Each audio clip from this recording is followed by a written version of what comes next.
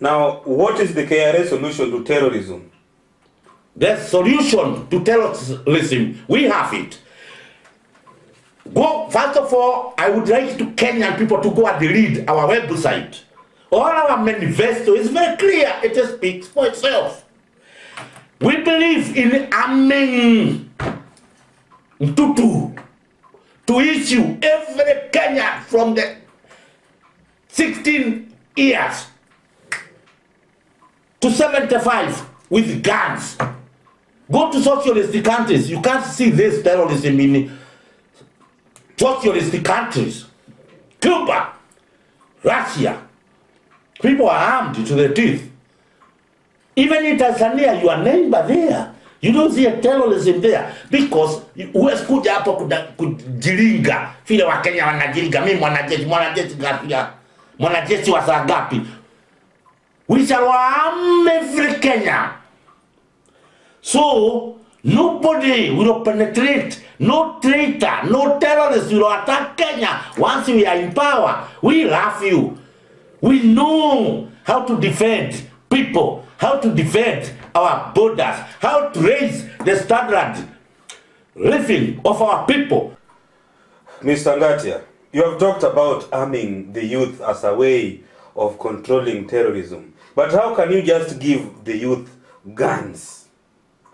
People will say this is not practical. Can you just explain? Thank you very much. Look here, gentlemen. In Kenya, first and foremost, people, wananchi, are kept in the dark. Because Kenyans have never been to very few Kenyans who have been outside the country. Let's start with here in Sweden. Even before, the day we came in this country, our children, everybody has been called to do military service. Remember we came here during Cold War. It is a must, it is compulsory for everybody to go to military service. And in everywhere we live, we know where bomb shelters are. Because in the case of war, we will not stand here and be bombed and die. There is bomb shelters. Everybody knows where bomb shelters is. Every man in this country there is Kenora, sound, silence, war silence. That is practiced every Monday, every month. In Europe, it is compulsory for everybody to do military service. Before you go, live about what Moi tried, that before our youth, our children goes to university, they must go to national service, where they march with the spades. Not that one. In Europe, every kid marches with a gun. You can't come and threaten them. Look here, Israeli, our best, one of the Kenya best friends. Every kid there is trained, both men and women. So, when we say we shall arm the youth, we shall follow the same principles that military duty is a must, is compulsory from youth. That means everybody will be trained. Everybody will be given guns. Nobody will come and terrorize you. Why are they not doing terrorizing people in Europe? Why are they not terrorizing people in socialist countries? Go to Cuba, go to Soviet Union, go to China. Everybody has gone military. Everybody is trained. Guns are assembled from village level to ward, to communes. Where in the case of war, you know what to do. If a alarm is sounded, you know where to run, take your gun, and where to report. The same case you saw, war in Ukraine. Everybody is a soldier.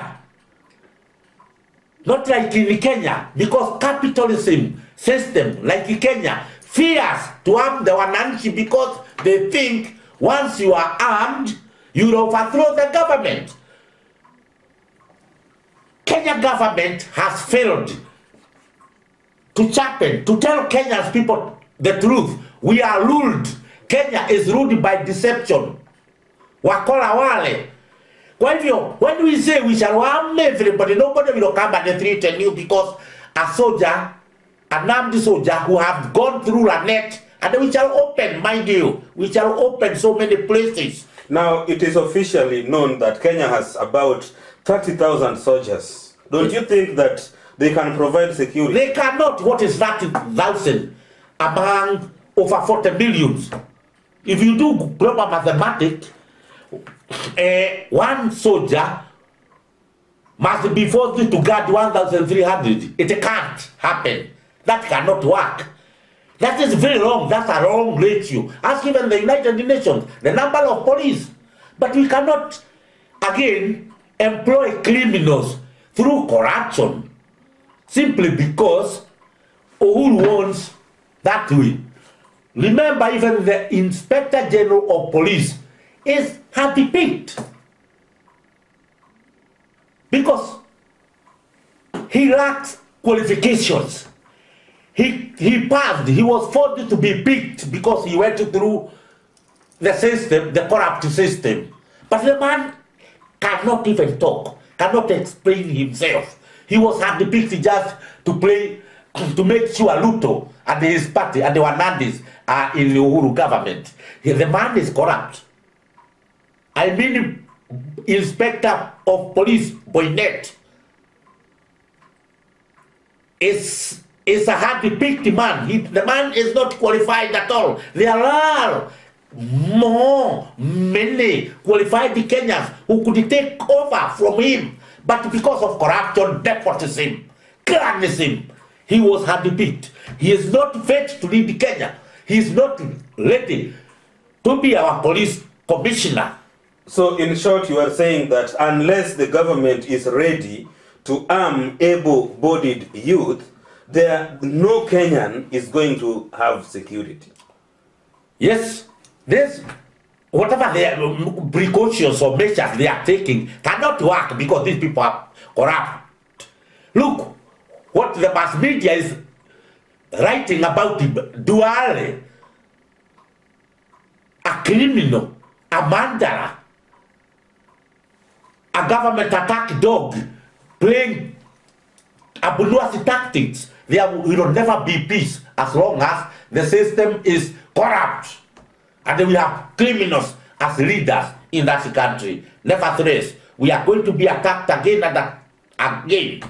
And I don't know what will happen if Al-shabbab attacks parliament or these tourist big hotels full with tourists. I don't know what they will do because they have been warned. And let me tell you, somebody must advise this, tell Uhuru Kenyatta. Once you are advised by imperialists, by America, Australia, Canada, or UK, or any EU country, they must listen. They should not ignore because you are like the monkeys. Who is Kuliganisha, Akili, Sawasugu? White people are very far. They go to the moon. They live, they go to space, they have space station. They see you like this. They listen to whatever call you make. Even Uhuru, your telephone is listened. Look here, Obama is coming to Kenya. Do you think Obama will agree his security to be run by corrupt KDF, corrupt police, corrupt Rekki company, corrupt APs? Nevertheless, you are rubbish. Security of Kenya is rubbish. It's nonsense. It cannot be trusted by anybody. Just wait. July, you'll see Obama coming there. And see, he'll teach you how security is done. So, never ignore whatever they tell you. They are very kind because they want Uhuru only to abuse them, ignore them, and the following morning, Uhuru was crying like a idiot pig because of his ignorance and his stupidity. Now, the BBC called Uhuru Kenyatta the mourning president. Don't you think this is disrespect to Uhuru? Who cares? He deserves. Oh, Uhuru deserved to be abused also by them because they are his masters. A slave cannot be rude to his masters, he is kept there. He can be removed there by any minute. If they decide today he has to go, he has to go. If they want to arrest him and rock him in the leg, they can do that. They did. What is the difference between Uhuru Kenyatta and Noriega? Or Saddam Hussein or Gaddafi, his master? He is rubbish. These African countries are rubbish. They must respect human rights once and for all. Start with your people. You treat Kenyans like dogs, like pigs. You treat soldiers like pigs. Look how soldiers are paid. Look this. Look the complaints. After Muchai was killed, we had the bodyguards talking freely to how they wake up from 3 a.m. at night until the dead of night, guarding, following these criminals. Wherever minister goes, he goes to rape, they are there. He goes to do corruption, they are there, standing there like idiots. That's very wrong. We want also soldiers to think, and army that thinks. The day we shall take power in that country, we shall wake you. We shall never have sleeping army. People will be promoted according to how they pass examination. Common sense, we shall give you common sense. And if you can't get it, we shall inject you with the medicine that wakes your brain, because we don't want an army of zombies. They don't complain. Look how DSU have been kept. Look how army men are used. No insurance, we don't have insurance. Everybody in Kenya must be insured. The country has money. Why do we insure? Why do we Kenyan people accept the ministers to be insured? To be given more money? How much are they paid every month? All the money goes to them. And nobody raises this question. We must stop begging the government. Ati tunaomba serikali kitu gani? Hatuombi serikali, we must demand. Everybody in Kenya must be insured. The way we are Europe insures their children. Your children goes to school, they are insured. To and from school. Even after work, free time, everybody is insured.